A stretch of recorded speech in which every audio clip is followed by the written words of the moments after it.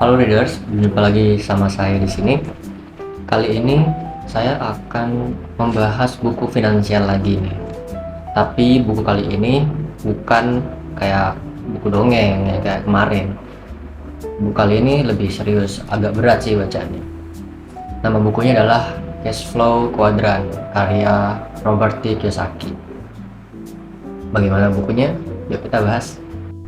Oke, jadi buku ini adalah buku sequel dari buku yang sebelumnya, yakni buku yang berjudul Rich Dad Poor Dad. Nah, sebelum kita lanjut, kenapa sih ada sebutan Rich Dad dan Poor Dad? Jadi, pada masa mudanya Robert T. Kiyosaki ini, dia mendapatkan dua edukasi mengenai finansial yang berbeda dari kedua ayahnya. Yang pertama dari ayah kandungnya yang disebut Poor Dad, dan ayah angkatnya yang disebut Rich Dad. Nah, kedua ayahnya ini memiliki kondisi ekonomi yang berbeda. Jadi, di dalam bukunya, Robert T. Kiyosaki ini membahas mengenai bagaimana sih ayah kayanya mengelola uang dan bagaimana sih ayah miskinnya atau poor dad-nya mengelola uang. Oke, sebelum kita bahas ke bukunya, sebenarnya ada cerita menarik dari latar belakang penulisnya.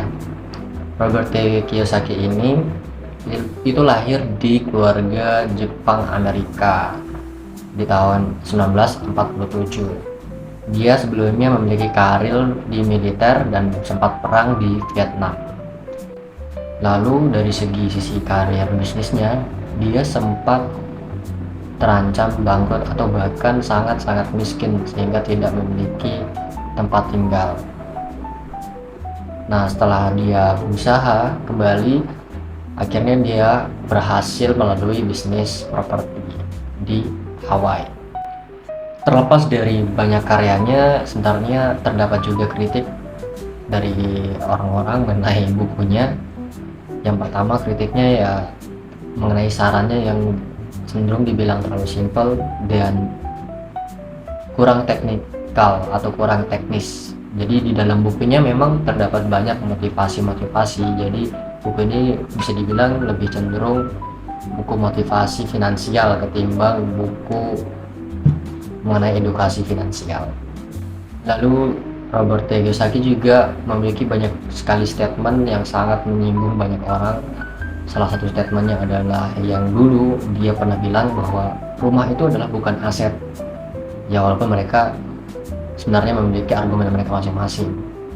Ya sebenarnya banyak sekali sisi putih dan sisi hitamnya ya. Jadi kita harus bisa mengambil poin-poin yang kita anggap penting aja. Nah, selain masalah tadi, saran-saran Robert T. Kiyosaki ini banyak dinilai oleh penasihat finansial sangat berisiko karena berlandaskan dengan utang.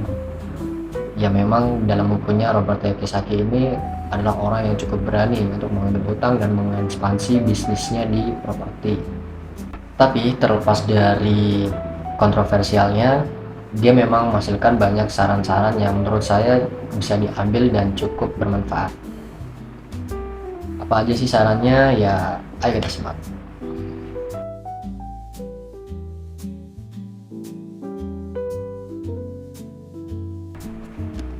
Oke, jadi di dalam buku ini Robert menjelaskan ada 4 tipe orang cara menghasilkan uang dan mengelola uangnya. Yang pertama adalah kuadran sebelah kiri. Nah, kuadran sebelah kiri di sini kita bisa lihat adalah tipe E dan tipe S.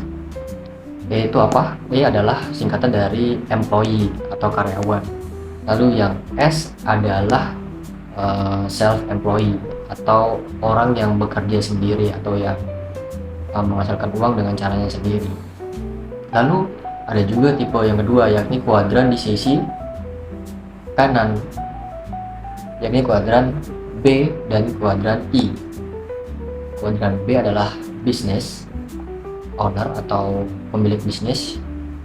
Lalu yang satunya yang I adalah investor, orang yang memberikan dana untuk dikelola dan dikembangkan. Investor. Nah, jadi di dalam buku ini E itu digambarkan bahwa orang yang mencari keamanan atau kestabilan di dalam urusan finansialnya. Ya, mereka kerja dari jam 7 atau dari jam 9 ke jam 5 sampai sore, lalu melakukan repeatability terus menerus selama berbulan-bulan hingga nanti di akhir bulan atau di awal bulan mendapatkan gajinya. Fokus utama dari E adalah untuk mencari keamanan. Lalu ada kuadran di sisi S atau self employee. Di sisi ini kita bisa bilang orang ini adalah orang yang sangat ahli di bidangnya sehingga dia bisa menghasilkan peluangnya sendiri. Tapi orang ini adalah orang yang sangat suka bekerja sendiri. Nah, di dalam buku ini dikritik bahwa walaupun dia suka bekerja sendiri, tipe S ini tidak akan pernah bisa maju karena dia tidak bisa mempercayakan pekerjaannya ke orang lain. Contoh dari tipe S ini adalah mungkin dokter, lalu ada pengacara, lalu ada pemilik toko kecil. Dijelaskan dalam buku ini kenapa pemilik toko kecil tidak bisa mengembangkan usahanya, karena salah satu faktornya adalah karena dia tidak bisa mempercayakan bisnisnya ke orang lain untuk dikembangkan. Karena orang yang terlalu berkutat dalam bisnisnya sendiri tidak bisa memiliki kesempatan untuk memikirkan ekspansi ke bisnis lain atau ekspansi bisnisnya menjadi lebih besar. Nah, di sisi kanan ini ada tipe B dan tipe E. Tipe B adalah business owner. Nah, business owner ini adalah orang yang memiliki sistem di dalam pekerjaannya, sehingga ketika dia pergi untuk melepaskan atau meninggalkan bisnisnya, sistem telah berjalan sehingga dia tidak perlu terus mengawasi. Lalu ada di sini tipe I atau investor. Investor adalah orang yang menyuntikkan modal ke dalam suatu aset sehingga asetnya akan terus bertumbuh selama ada cash flow. Di dalam buku ini dijelaskan bahwa perbedaan antara orang yang kaya dan orang miskin, kuadran kiri dan kanan, itu adalah bukan berapa banyak mereka menghasilkan uang, tapi dari mana uang itu datang. Itu perbedaan yang menekankan kedua kuadran tersebut. Apa sih perbedaan antara sisi kuadran kiri dan sisi kuadran kanan? Dalam buku ini dijelaskan bahwa sisi kuadran kiri lebih banyak menghabiskan waktu mereka untuk menjual waktu mereka dan menghasilkan uang. Sementara pada kuadran sisi kanan, mereka banyak menghasilkan uang dari aset mereka. Nah, di dalam buku ini dijelaskan lagi, aset itu apa sih sebenarnya? Jadi, aset adalah segala sesuatu yang kita miliki dan dapat memasukkan uang ke kantong kita. Atau kita bisa bilang, jika suatu hal atau suatu benda yang kita miliki itu menghasilkan uang lebih dibandingkan kita mengeluarkan uang, itu sudah bisa dibilang aset. Contoh, kita memiliki rumah. Ketika rumah kita menghasilkan uang lebih dibanding mengeluarkan uang dari kantong kita, itu bisa disebut aset. Tapi ada contoh kasus lain, ketika rumah itu malah mengeluarkan uang dari kantong kita dan tidak memasukkan uang ke kantong kita, itu disebut liabilitas. Contoh kasus, kita memiliki rumah, lalu rumah ini kita sewakan sebagai misalnya kos-kosan, tapi biaya perawatan untuk kos-kosan ini sangat besar sehingga kita mengeluarkan uang banyak ketimbang biaya sewa yang harusnya kita dapatkan sebagai keuntungan, sehingga rumah ini bisa disebut sebagai liabilitas alih-alih sebagai aset. Perbedaan yang mencolok lagi di antara sisi kiri dan sisi kanan adalah kuadran sisi kanan menghasilkan sistem yang membuat mereka lebih mudah menghasilkan uang, sementara kuadran sisi kiri mereka terjebak di dalam sistem untuk menghasilkan uang. Kalau aku tarik ke cerita pribadiku, aku memiliki kerabat yang memang mereka ada di masing-masing tipe. Ada yang tipe E, employee, ada yang tipe B, business owner, ada yang tipe I, investor, dan ada juga yang tipe S, self employee. Dan mereka masing-masing aku rasa memiliki cara pikir yang berbeda memang. Dan benar, Robert T. Kiyosaki ini bilang bahwa tipe E biasanya cenderung mencari keamanan.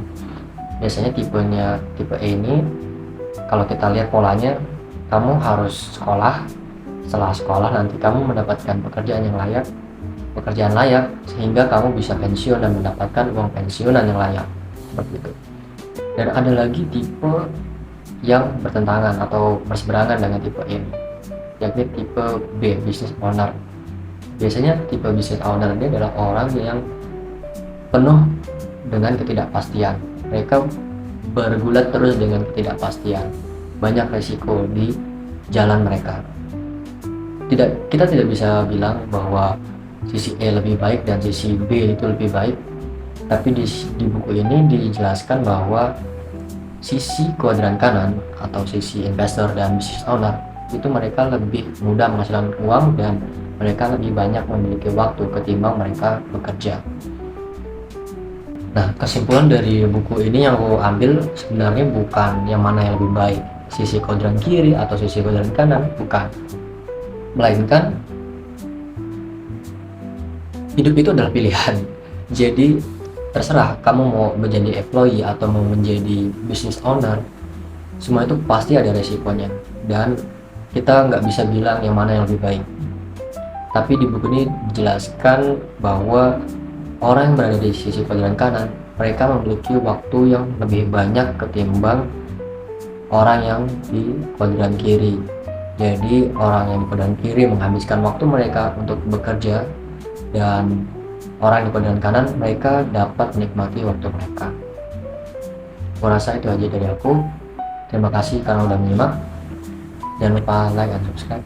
Terima kasih, bye.